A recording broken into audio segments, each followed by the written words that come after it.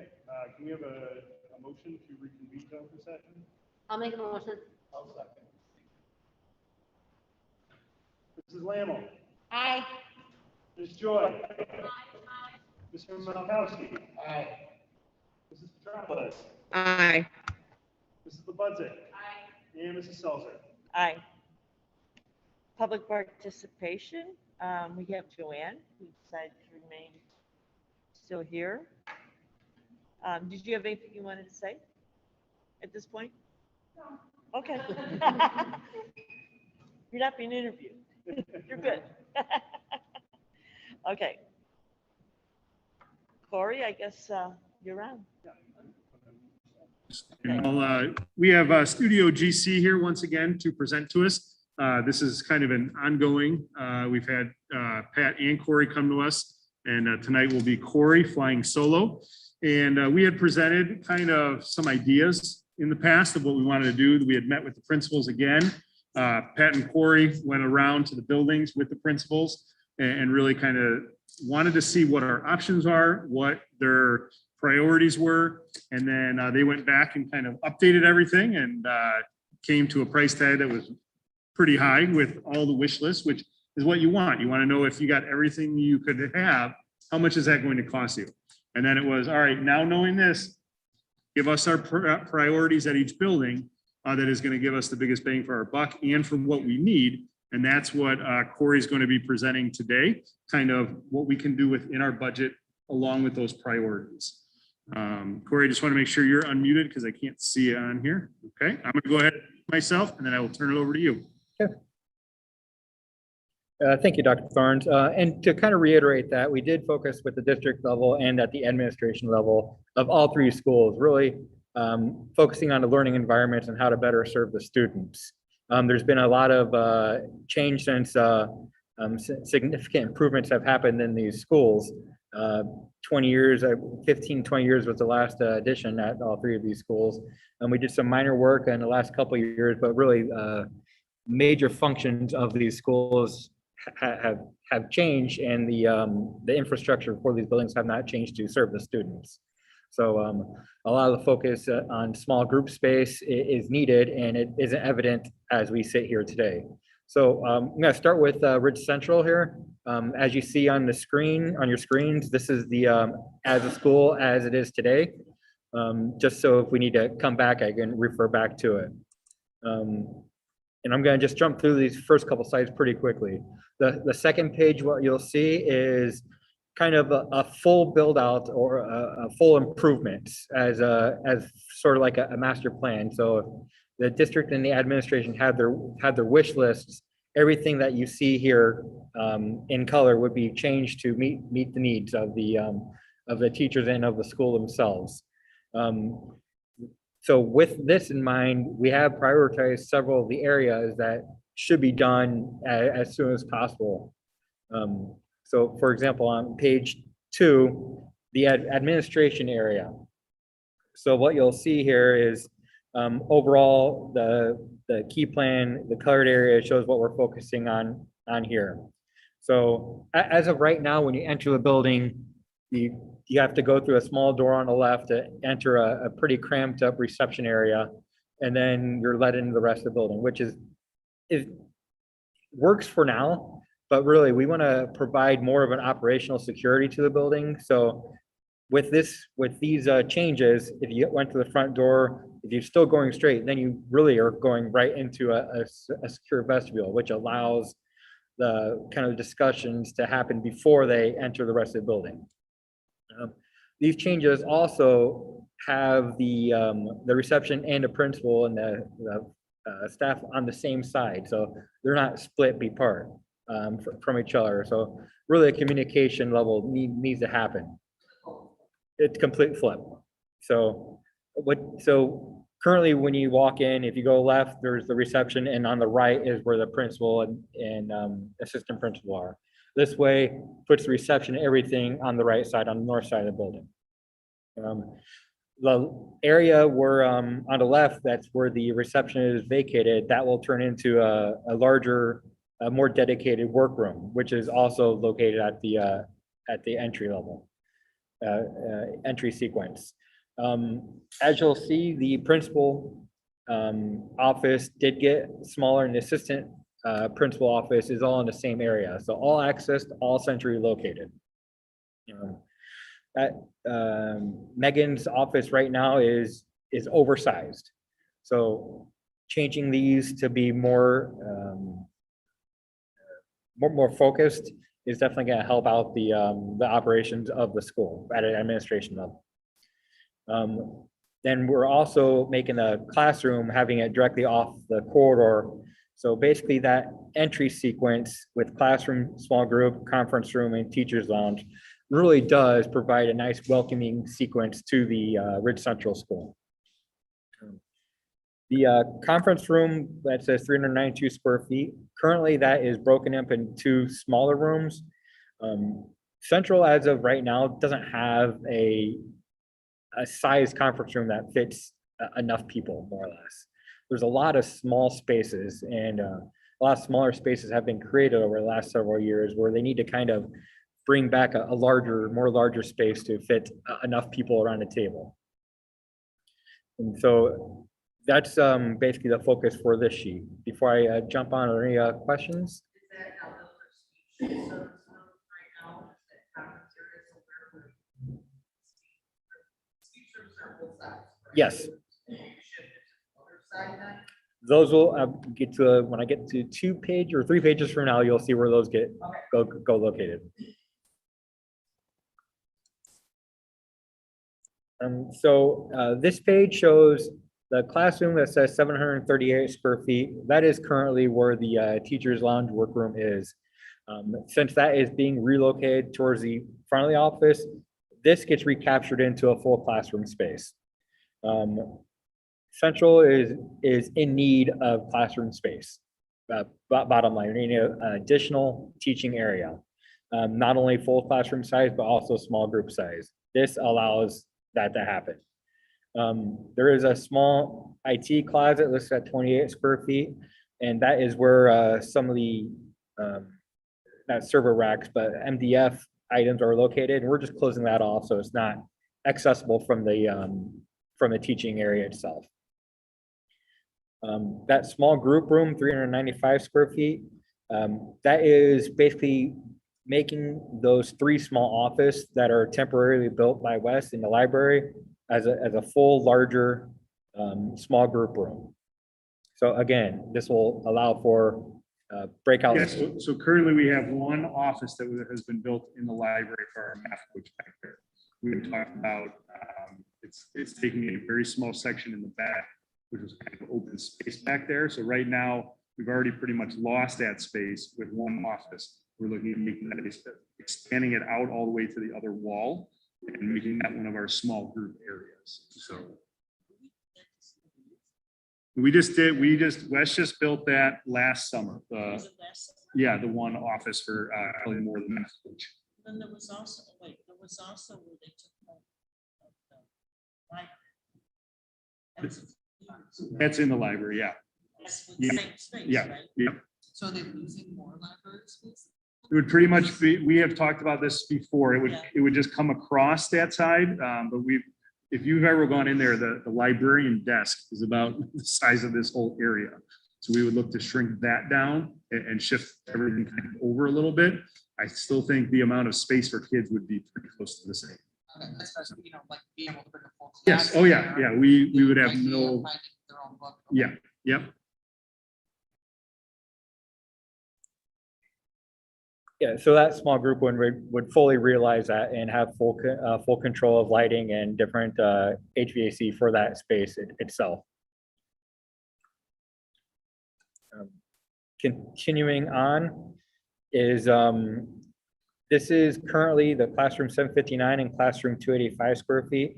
That is currently where the garage and maintenance items are sitting at this time.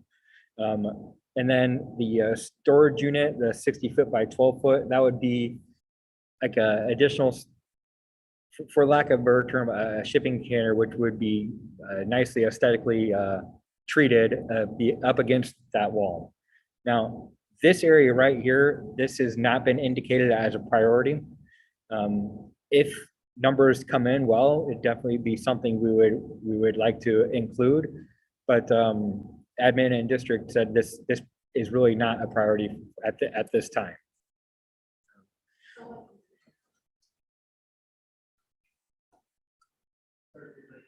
The stuff, so this little bit. So it's what's decided, right? Actually, what is currently there is completely open space. So that what's in green and also what's in the red, that is not there. And so this whole sheet, more or less, is future work. So. But again, we wanted to show what would be possible if the need or the numbers come in correct or favorable, for lack of a better term.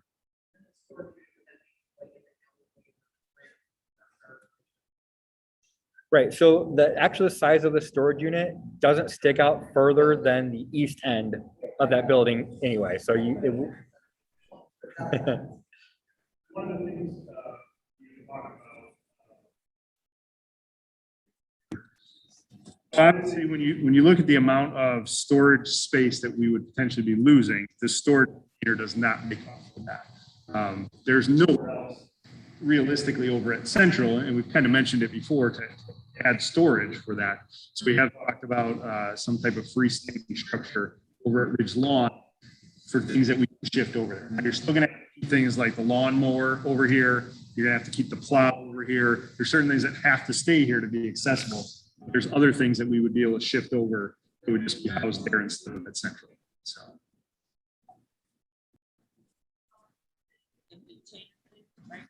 Yes. And, you know, and I know that move necessary, but, and just the weight of the container and stuff that's inside, keep it in place, we don't have to do anything else with that. You don't have to do anything extra to it. Okay, that's good. Don't ever have to- I realize how necessary that is too. Right. How is that storage unit gonna be at? We have not come up with exactly like perimeters or anything. We want to make sure that we at least have the same storage that we currently have. One of the things we talked about in our meeting is the price of materials is so high right now. And one of the newest things that, and Corey might be able to add to this, they have basically reusable structures. They're metal structures.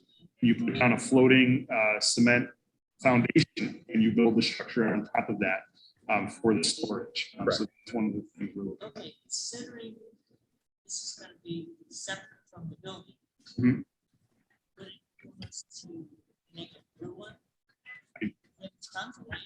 We do. I mean, we obviously have I to. know Boston's. Yeah. but you would be better off. We do need to watch the geothermal field out there to make sure we're not going too far. But that is something that we just kind of talked about towards the end of the meeting, knowing that a lot of these projects are really, really involved. That's probably one of our bigger projects in No, terms and I of getting understand done. that. But We don't need it tomorrow. Yeah. It has to be done. yeah, we have, I'd like to see us, because we're always saying we don't have storage space. Yeah, I'd like to see us. Look at what we have off-site right now. So yeah, if we can do it, I think. Right. we do. Fantasy playlist later on. If storage that would be outside of Ridge Central. I get more to drive down that strip right now, I assume for plowing purposes. Would that hinder like the plow coming through to plow that whole area? It would not impede that traffic whatsoever. So it does stick away from the building, but it doesn't stick away from the building more than the entry on the southeast corner That's what I'm trying to of like Central. gauge. I'm looking at the small picture, but I'm curious, you know, from how it's crucial for, you know, because kids play outside Yeah. even when it's cold, and there's snow, and I just want to make sure that they can get through and stuff like Very that. good. So I actually brought up a site plan, which kind of shows that container right here. So it's about the same distance that sticks out as this, so. It's just like a thought. I don't know.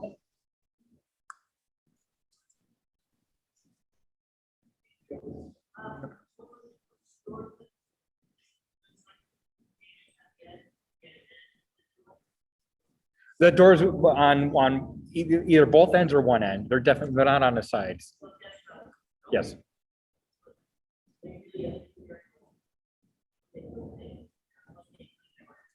Right. And there's nothing saying we can't modify whatever we get to put doors on space. People make pools out of these, people make houses out of these now, so.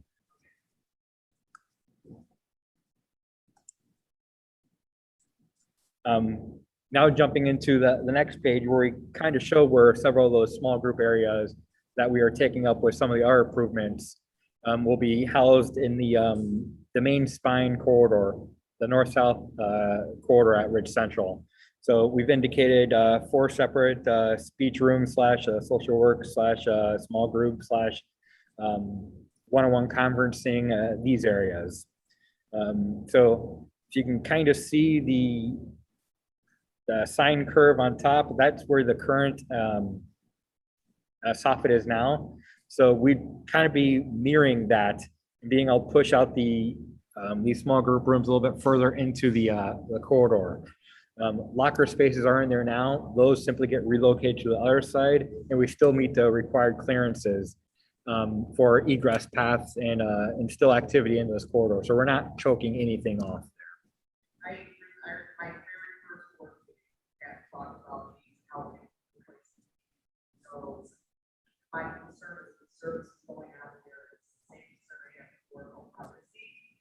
So you put the tinted windows, you're in there one-on-one with the teacher or whatever, you don't want kids seeing you. So I'm curious of what the thoughts are. You know what I mean? Like I remember when you talked about tinted windows, and so you know we wanted to have obviously windows. You're not going to you know, but that was my concern before when this was discussed about doing it, and still, because this is such a small space, I can only assume the activities going on here are going to be one-on-one services or test read aloud or whatnot. So I know a lot of kids like to have privacy with that and not be like, oh, they're in the fishbowl. Yeah, and this was my first meeting I ever attended, even before I took over as superintendent. So I remember that conversation very clearly. And so in the previous one, it was like different panels that they were going to have. This one, they would be windows. So when the teachers are in there and they want it open for themselves, they have it. We would have some type of blind for that privacy as well. Yeah, and so we have shown 2 different options basically here, one with a little more windows and one a little more privatized. But the original scheme was definitely all windows, and that has been, we have removed that from this work. So it does, like Dr. Thorne said, it does allow for putting blinds, so you don't have blinds everywhere, just a couple openings. But the entries to these rooms are off to the corner because you do need some visual access from inside to outside for these spaces. And again, just to reiterate that there will be natural light that will be able to permeate these rooms from the clear story windows along that spine. So it's not going to, although it looks like it's kind of in a dungeon space, there will be a lot of light getting into these rooms.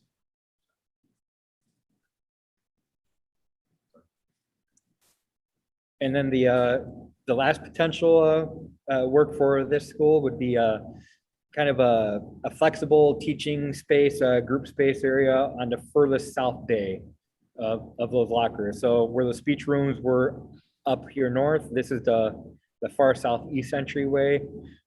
Project-based space, again, gives students an area where they can call their own, do some small group work.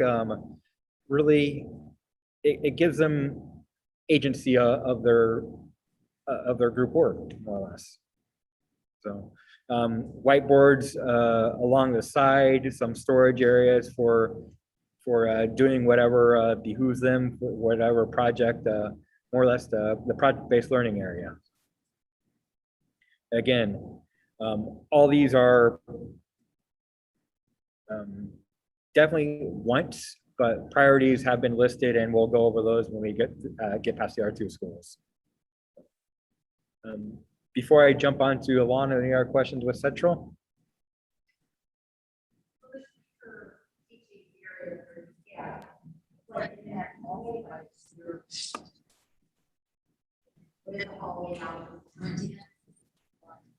It's just kind of wasted space. Right? Yeah.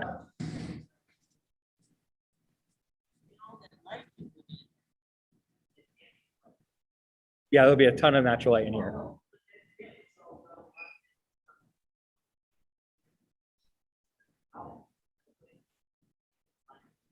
I'm sorry, I can't hear you.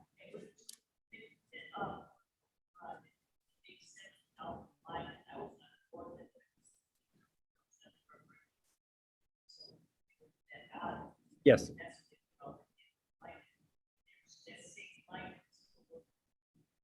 That's correct.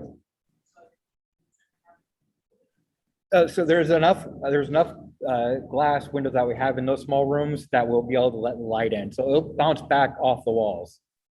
So. Great.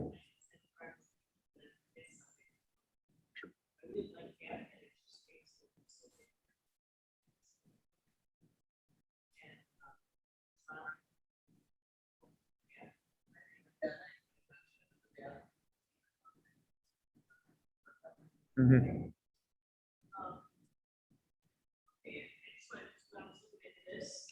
Okay.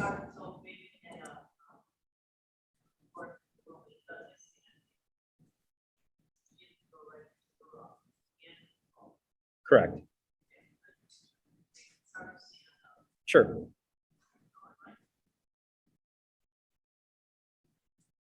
Yeah. We're gonna jump to Ridgeline now.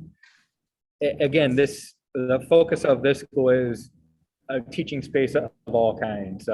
This has a very mobile population, and there's lots of different needs that this school needs.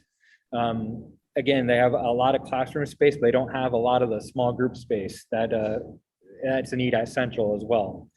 So the focus that is here, and we met several weeks ago, we had options for additions, options for the infill of the courtyard, and it was determined the infill of the courtyard would be the best case scenario. So again, the first page showing as we sit today. The second page shows what the infill of the courtyard will be, and you also see a couple other grade spaces. With those grade spaces would be intended for future work. The space in green and a space within the blue dash line, that would be the prioritized space that would be needed. So kind of jumping to the next page, this shows an overview of how the infill of that courtyard would be. So it'd be four full-size classrooms. One of the classrooms would be indicated as early childhood, which sees there's a small bathroom in there. Each of these rooms can be accessed by either one or two smaller breakout rooms or group spaces. So early childhood classroom, this classroom can be broken out into this larger breakout room. These other two classes can go into this breakout room.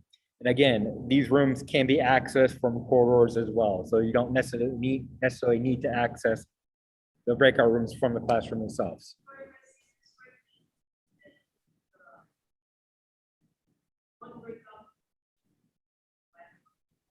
Yes. There'll be doors from each one to use. And you'll also be visual access from those breakout rooms to a classroom, so you can see the activity. So it's not like they're closed off. So the idea is to always see activity going on. So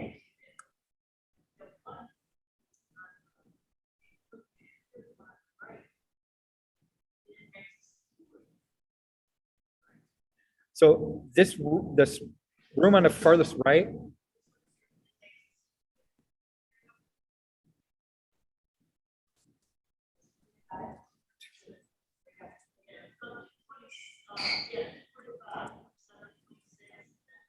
okay. Yeah, so so that can be accessed from both classrooms.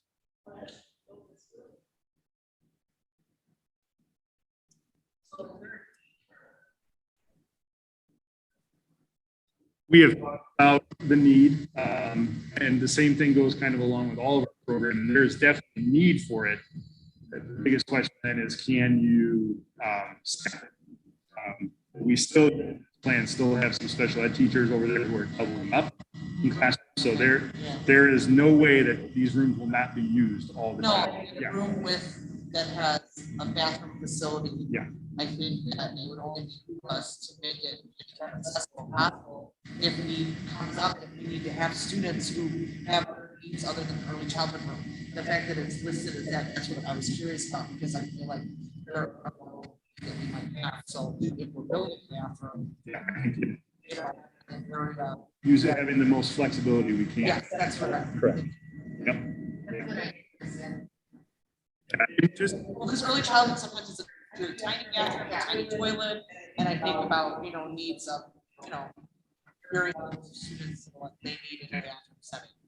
I think if we do look at specifically our special ed programming and just looking at where space is most likely going to be available, it would be at law. And I know it many years since the district made sure they got kids back to their home schools. But if we are taking it a step further down the road and looking at possibly having students stay, I think most of you would rather them in district than out. They have to get a different school in the building. So, yeah, with Janet and Megan was really racking her brain, like, well, how can I try to make sure? And I don't think it works at Central, but we will have that flexibility over at law.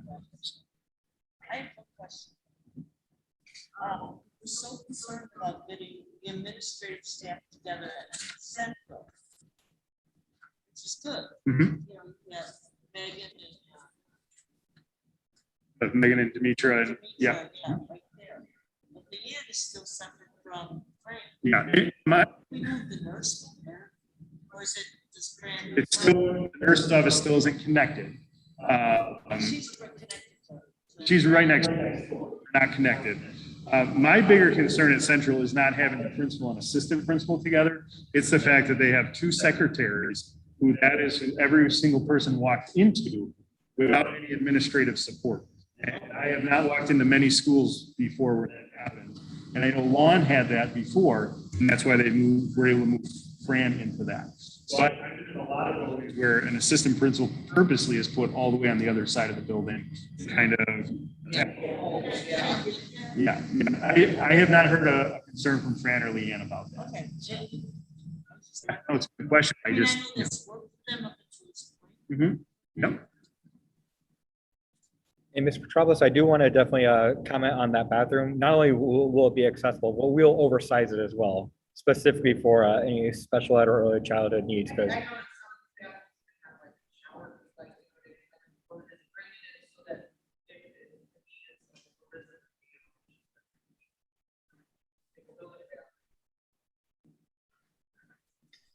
and one of the things with here is we have been able to increase the building storage with this infill as well. So we're able to capture all this area and the former access corridor, which I believe uses book storage now, as fill as a full storage area. So you're gaining a lot of storage with this infill.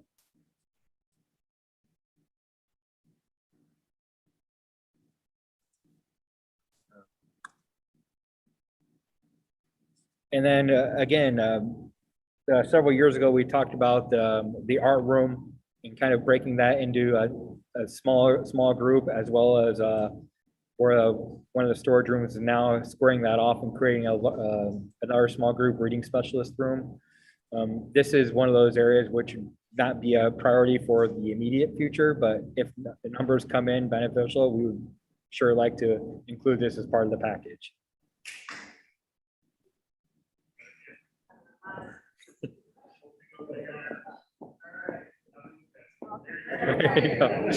I don't move fast.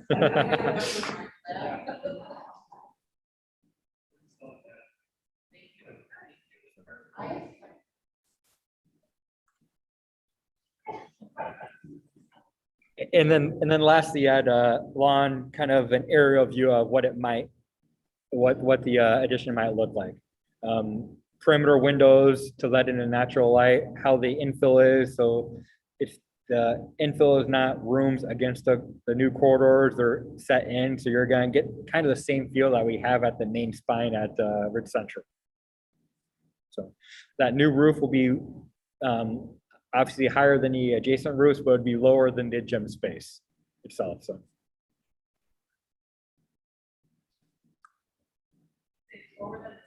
It would be lower, that new roof would be lower than the gym, yes.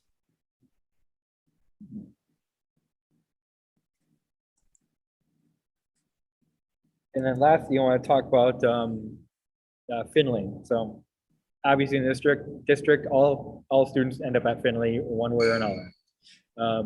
Some of the needs at Finley were not necessarily small group space, but a lot of their classrooms are undersized as far as a typical middle school room goes. So some of them are larger than others. Some of them are quite small. So the focus here and talking with Jeff, Julie, and the district is the focus was really to expand some of the classrooms to make 4 larger classrooms with a future priority to add new classrooms to this space. So specifically at this school, you're pretty much landlocked, so there's not a lot of opportunity for expansion. We are able to work this in, and I'm going to jump to the second page showing the aerial of the overall site. So this is where we talked about that storage container at Ridge Central on the bottom right here.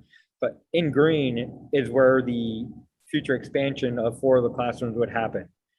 These 2 areas would be new entry sequences into those buildings. And then kind of a small shade area would be future new classrooms just off the east side of the band room. This spine here with the cross hatching, that is where the current concrete walkway is. So as you can see, we're not encroaching too much into the play area or the access area for Ridge Central School or the middle school.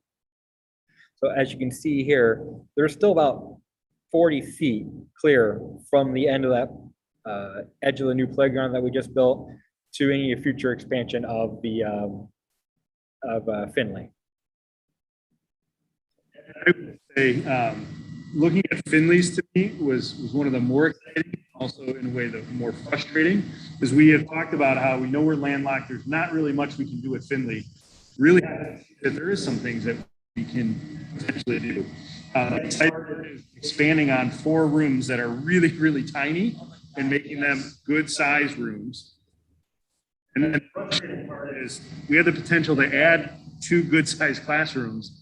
But then when we saw what it would cost to add those and looking at priorities, that's those additional new rooms probably has to switch over to the future. I'm still expanding out on the 4 rooms that we have. And we asked Finley administration to really talk to us about, is it better to expand on the 4 or to keep those 4 the same and add 2 bigger ones? And they said, absolutely expand those 4 out first would be much more helpful for the building. Because right now they don't have the opportunity in any of these classrooms really to do group projects. I mean, really, they have the opportunity to do lecture style teaching. They don't have the space to break out into group and do space and do small projects with other teams.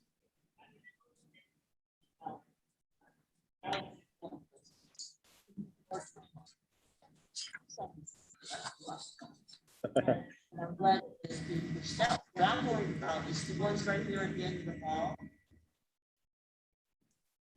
Right over here, those ones are so small. They are. Yeah, and those actually are just about the same size as what we are talking about expanding. I mean, because those are about 700 square feet. These ones over here, I'm just trying to see exactly where we're at. Are like, yeah, about 675 to 730. So Yeah. there's not a lot you can do unless you knock down a wall and just make it 1 room, but then you don't even have enough rooms. Yeah, I look at the space, I'm just wondering, is there anything we're ever gonna be able to do with that? Like shifting the splitting space in between the room, what you're saying, so it's not. I don't know what you can do besides knock down the wall, but you're already spending those things, which is perfect as far as I'm concerned. What are you gonna be able to do with those? What's that? I think it would actually, from what we've talked about, it would be cheaper to knock the building down and rebuild it. Yeah. You basically have to build a skeleton almost over the outside of the building to support the top of the new one. So Yeah, that's been discussed all that. So right now. Right now, the focused option is to expand these 4 classrooms to more of a correct size.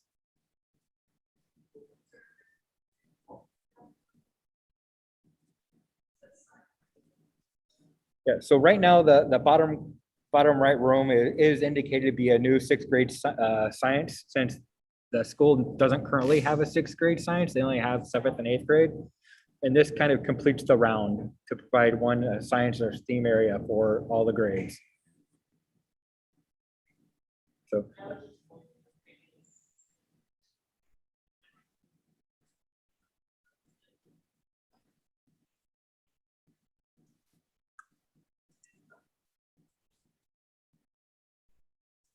And then just giving a more of a bird's eye view of what it might look like when this happens is those classrooms do get a little bit larger or significantly larger, still keeps the same language as the remaining part of the building.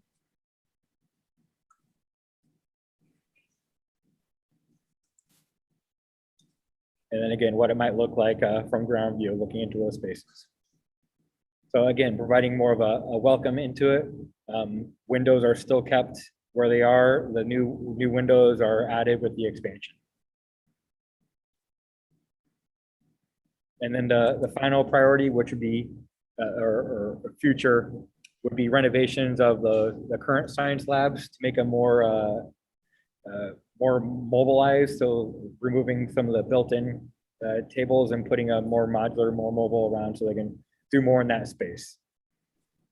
And also, when I saw this, I was kind of surprised, because if you walk science labs, they don't look bad in any way. But they are very fixed and very rigid as far as, and I said, well, these have to be, what, 10, 12 years old. And I think we figured out 19, 20 years old. So they have held up really, really well. There's no flexibility in it. And so it's not something that's crucial like the space, but it is something I think would really enhance the science classes for our kids down the road, if we're able to do that. They still have like the gas. They still have the Bunsen burners.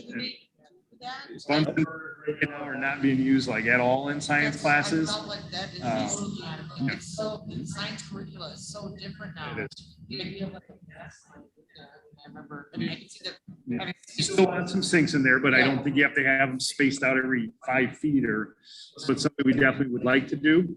Just it's probably not the priority in terms of getting this space.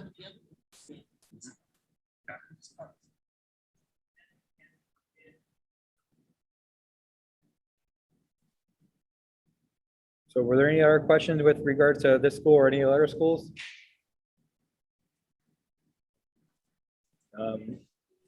Now for the fun part,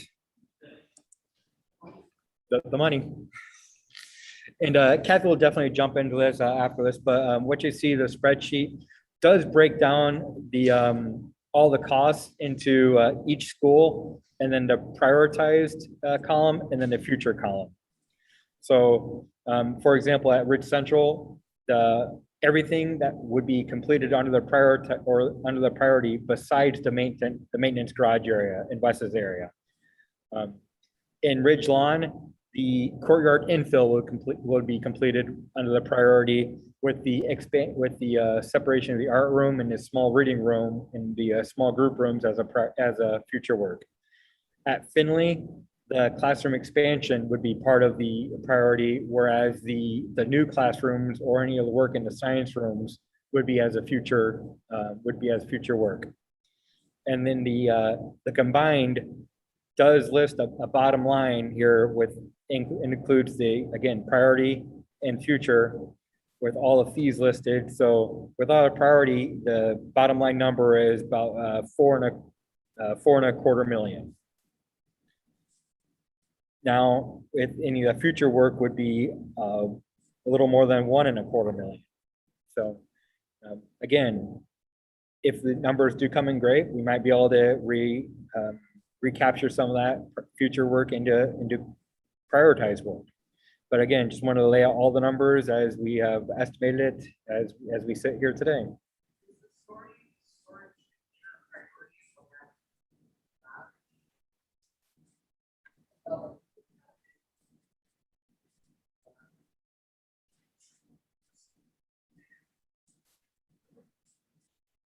Right now, it is listed under the priority area.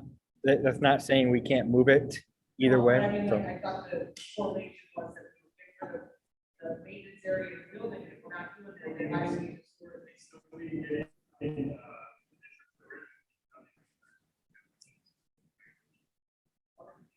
right.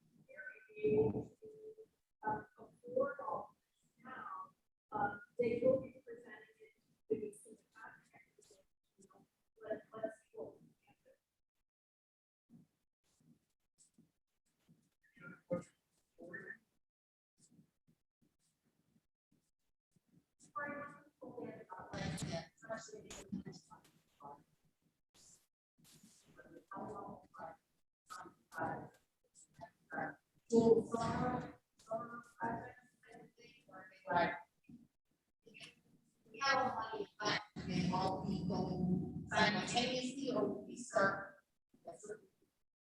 So the projects that deal with additions, that is longer than a summer period. So it either, some of that work would have to start before school gets out, or work would have to continue when school starts back up. So with some of the interior renovation work, that can definitely occur during the summertime periods. And I think here's to your point, I think it's a even more important thing to mention. Normally, we'd go out to bid and be all set timeline. Even if we go out to bid and have all our ducks in a row, you hear all the time in the news, the supply chain. We've talked about it in our meetings. All right, so you go ahead and you start working at Finley on these 4 classrooms. All of a sudden, parts can't come in and you've got these giant holes. And now you are down 4 classrooms. Right. So we have to be sure that we are going to be able to start and complete before we can even give it the green light. And that stop going through this process and doing everything we need to do. But unlike years past, I mean, you talk to people who went through construction this year and it was a nightmare for people. Yeah, no matter what, yes. So that we have to be very cognizant of. We want this done as soon as possible. I would love to have this started January 1 if it was possible. But we also have to be realistic of what we're going to be able to do and not impact what we have going on right now. Right. Don't wanna have to start school. Yeah. And then we'll wait till summer. Exactly. We definitely don't want to start anything unless we know it can finish. We definitely do not want to rush anything. Start doing something. Some preliminary stuff. Very preliminary stuff. Where we sit right now with supply chain issues, if we're talking spring break as in 4 months from now, I have a fear we might not even have material for then.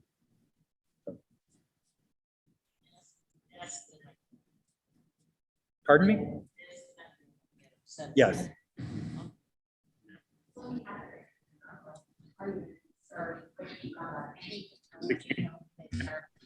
Right.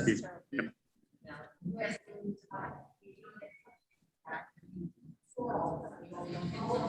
Mhm.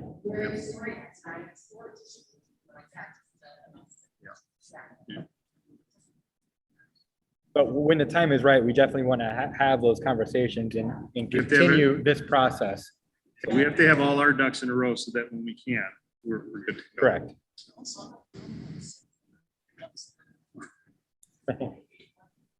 Yeah. Anything else? Thank you very much. Yeah. Thank you. Good.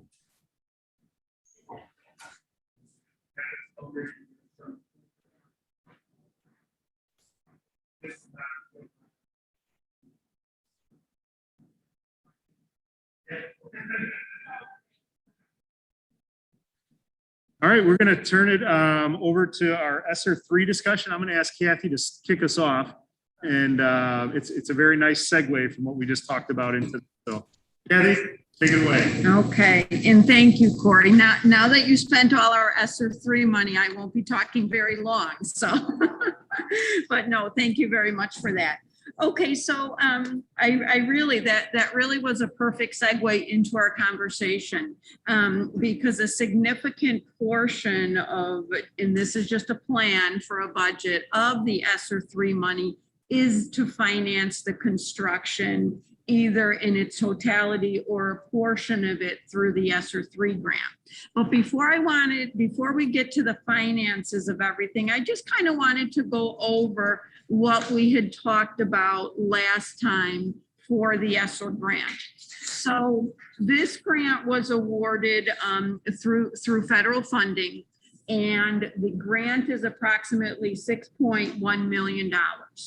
We have from March of 2020 through September 30th of 2024 to obligate those funds. To date, we have not spent any of that money because I think I had shared with you too, unlike most grants, this one does come with a couple more requirements. So for instance, we are required to spend a minimum of $1.6 million on learning loss. And then there's also a requirement that we need to spend $107,000 on summer enrichment programs and after school programs. And those are at a minimum.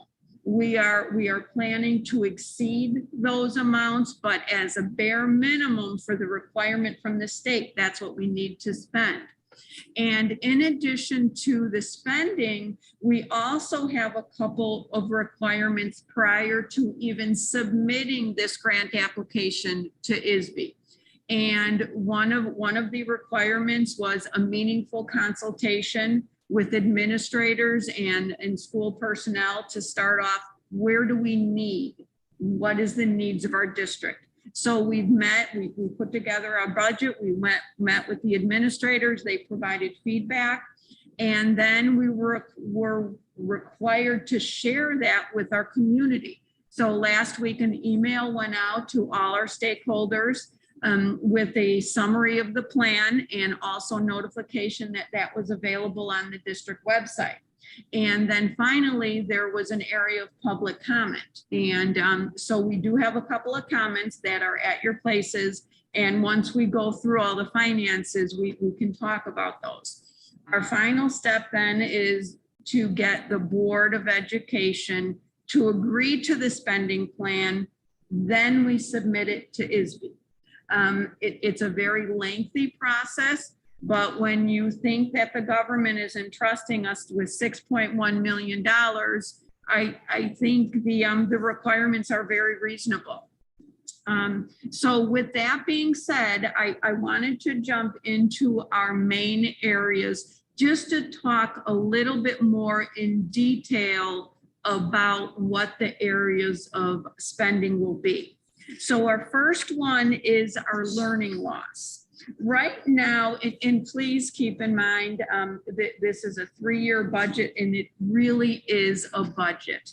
Right now, we're budgeting for personnel that we can't hire. The individuals aren't out there. So just like every grant, once it gets approved by ISB, we do have the ability to change it. Keeping in mind, we always have to be very mindful of those requirements on spending. So right now, we're projecting to spend about $1.7 million in learning loss. And that does exceed our 1.6. And I'm not going to go through every line item, but I did want to share the main areas. And it's a lot of salaries and benefits. We've already hired this position. We have a shared special ed teacher that's going to be going between Ridgeline and Ridge Central. And that position was actually filled by an internal candidate of the district, and that has started. And then we also have a special education just for Finley High. Those are two new positions.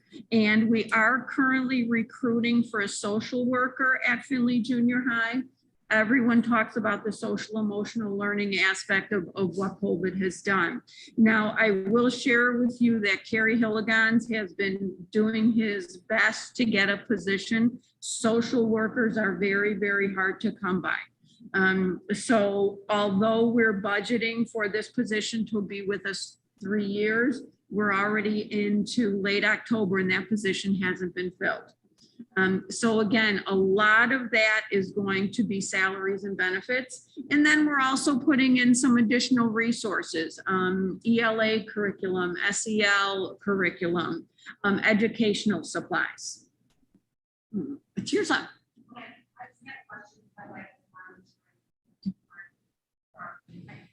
So you're talking about this grant for salaries and benefits. So here's my question then.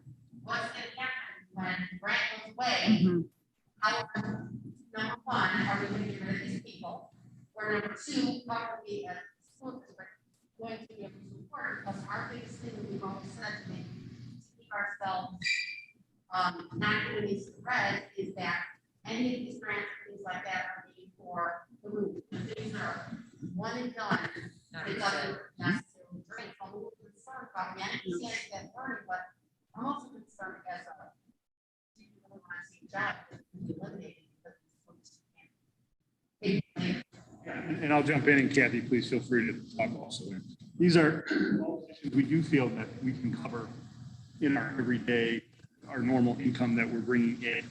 We are required to spend a certain amount of this on learning loss. So it would really be kind of shifting some of that into this so that we can then spend that other money that frees it up for other things. Okay.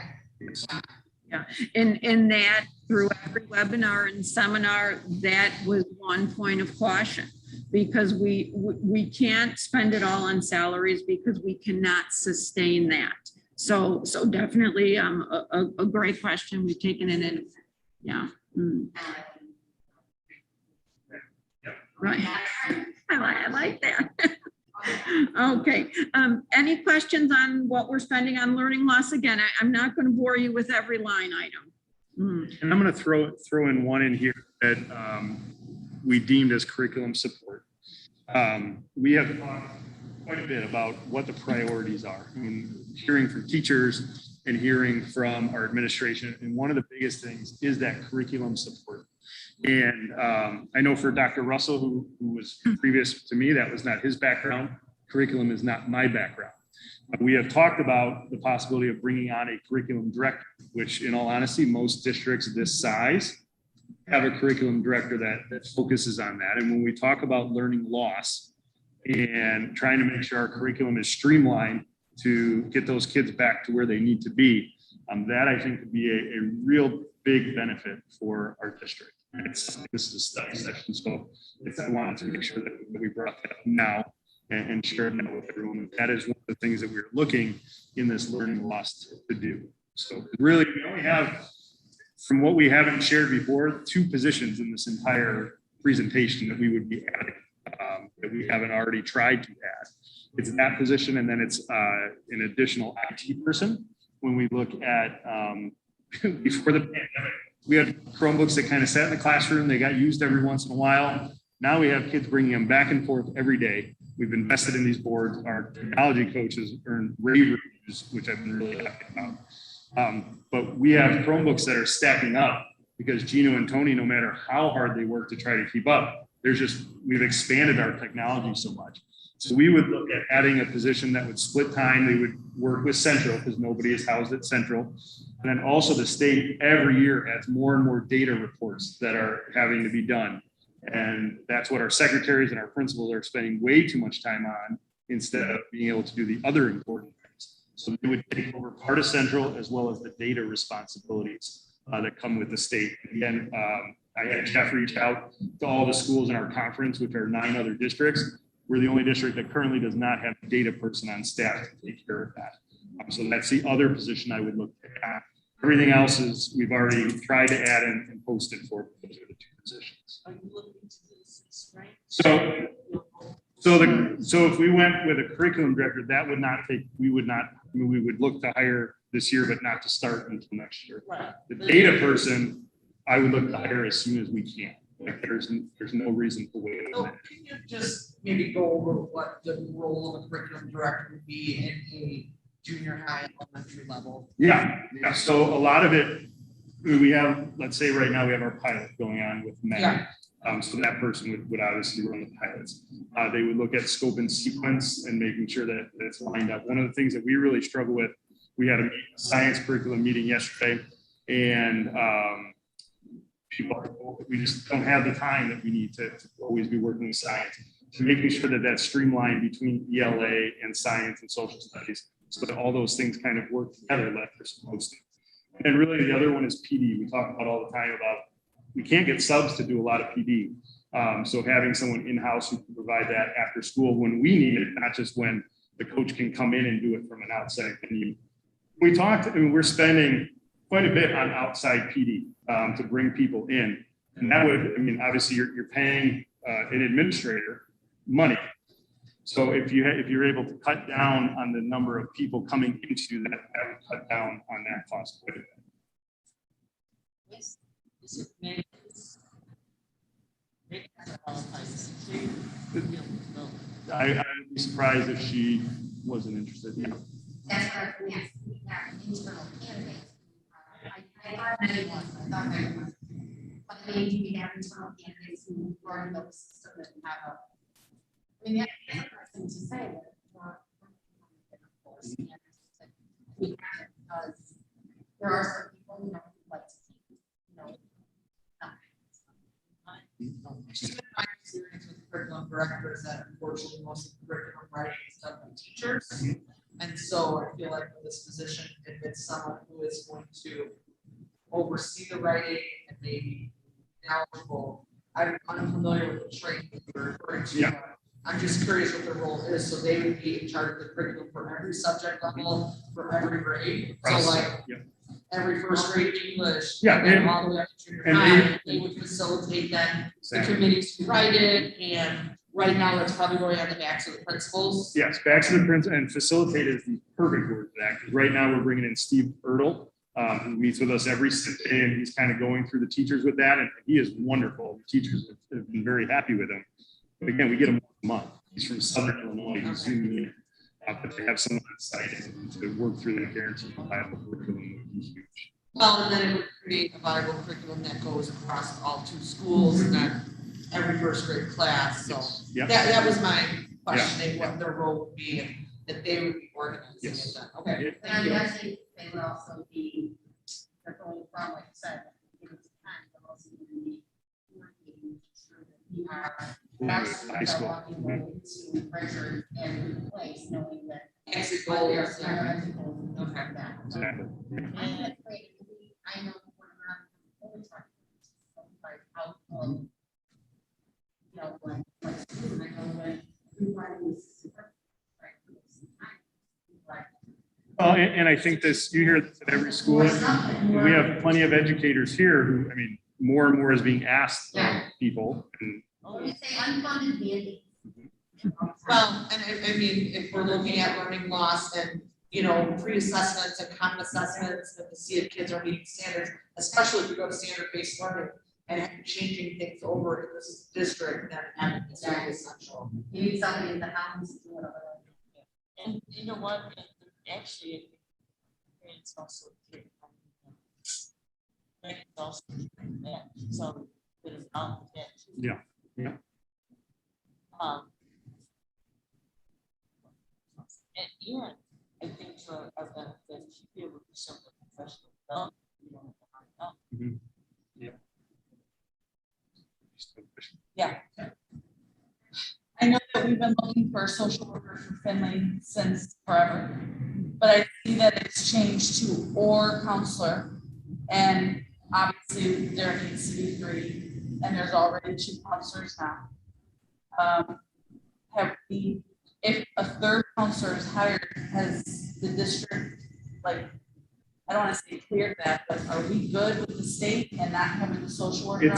It's one of those that know, but they understand because many districts are in the state. Okay. It's one of those that you might get cited, but they're not going to penalize you. Because we know that the goal would be for social work for sure.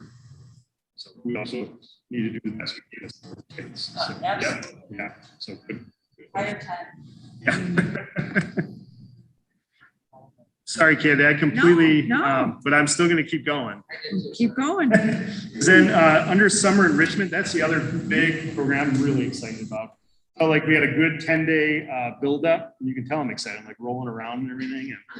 And we had a 10-day kind of pre-summer program to build up to get ready for some of our students to come back in August. What we would really like to see this summer is a 6-week program, Monday through Thursday. Student day would be from 9 to noon.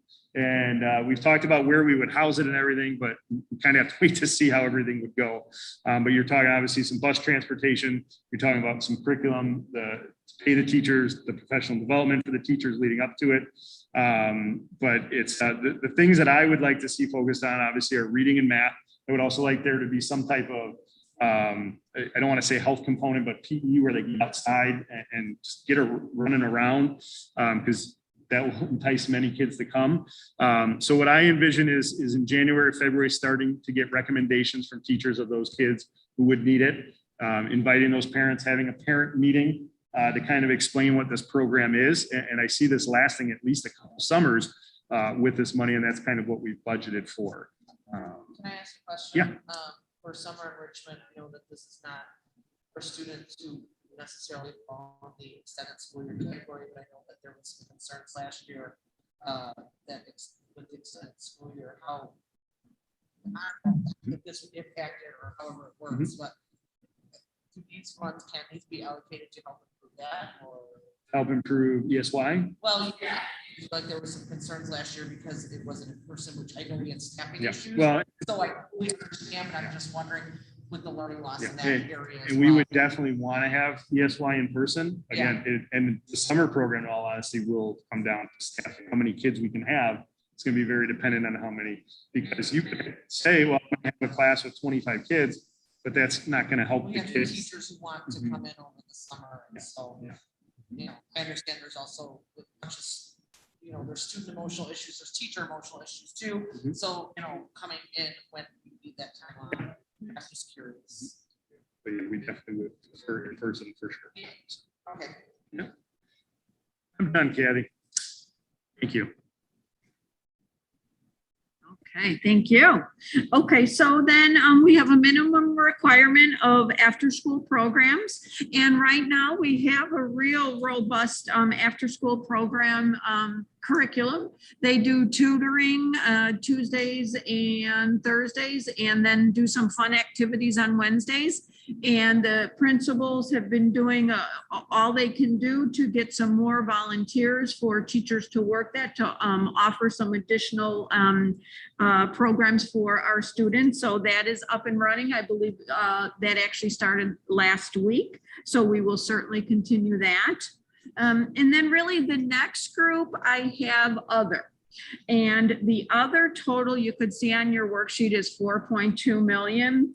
What is currently in the budget for the cost of remodeling the 3 buildings is only $3.6 million. Now, that being said, it is only a budget, and keep in mind, you know, we needed to meet these other criteria because our students have other needs. So we really kind of backed into the 3.6 million. So although the presentation by Corey exceeds that, if when we go out for bid, if it exceeds the 3.6 million, I think we would come back to the board and say it's at X amount, and we always could have the option of taking that out of current fund balances. Now, again, it's only a budget, and right now it's the best that we have. And then really the other items under other are mostly items that are running over from the ESSER grant. That was our original grant money for FY20. Annual subscriptions to Zoom. You know, we still need Zoom. Classroom and janitorial PPE supplies, our cleaning support. Right now, we do not have any intention of stopping that. So that money is in here as well. Any questions on any of these specific line items, or even just general questions? Tears up.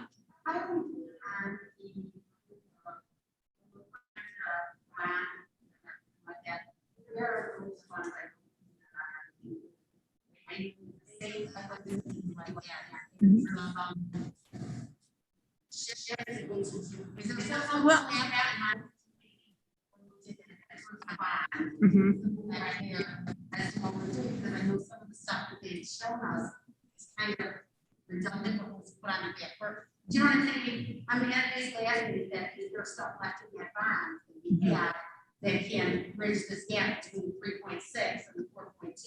Yes, and it's a great question. And there is definitely flexibility with that bond money.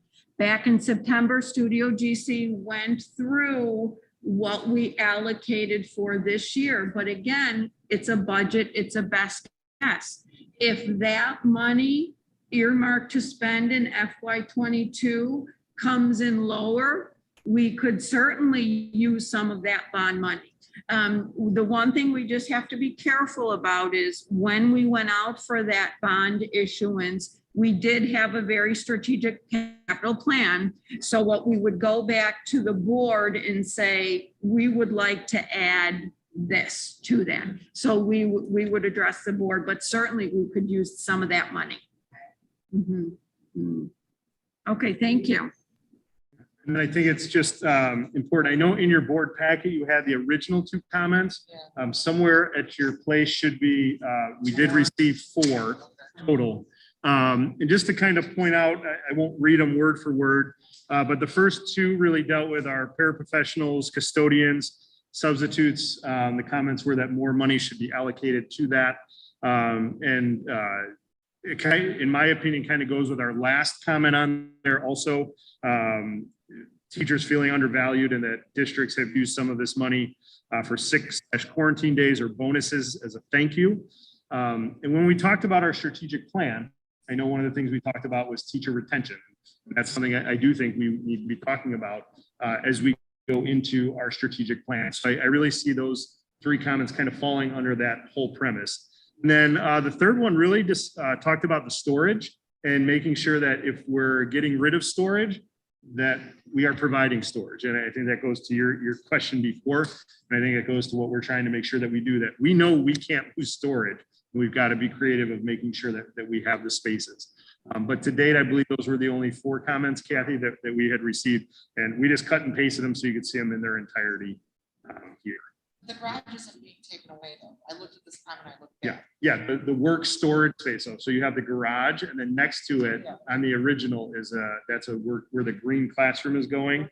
But that is like a future thing possible. Right now, Correct. the garage is not, because this is saying that offsite school storage is not great or not a good idea. Yeah, So, yeah. And in all honesty, what we have to store now offsite is not ideal. We have a lot of furniture offsite, mainly because of the space constraints that COVID has with the brought. space is the best. Yes. Yes, in that line item under the spending plan that says offsite storage, that is what we have moved offsite to allow for social distancing. When you're meeting with your fellow superintendents of the area, Mhm.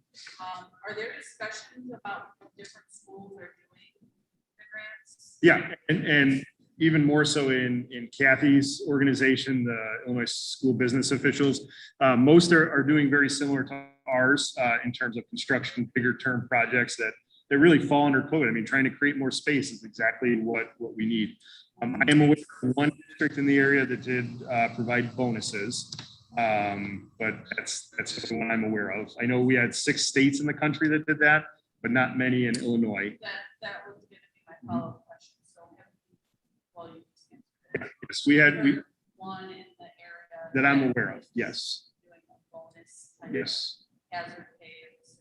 correct. Yeah, and I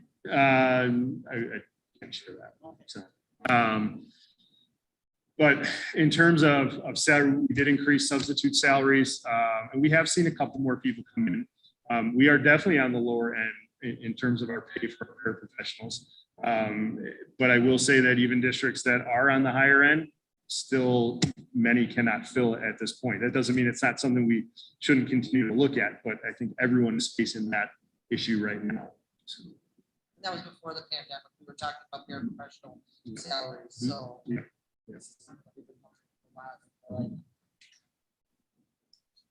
Any other questions? When does the So we need to wait until we get like a demand for bargain type letter. It usually starts by January. I said we're kind of ready whenever you are. So, yeah. Any other questions? That's the whole. All right, that is our agenda. So if we can have a motion to adjourn. I'll second the motion. Okay, Ms. Joy. Ms. Petropolis. Aye. Ms. Labudzik. Aye. Mr. Malkowski. Mrs. Lammel. Aye. And Mrs. Sulzer.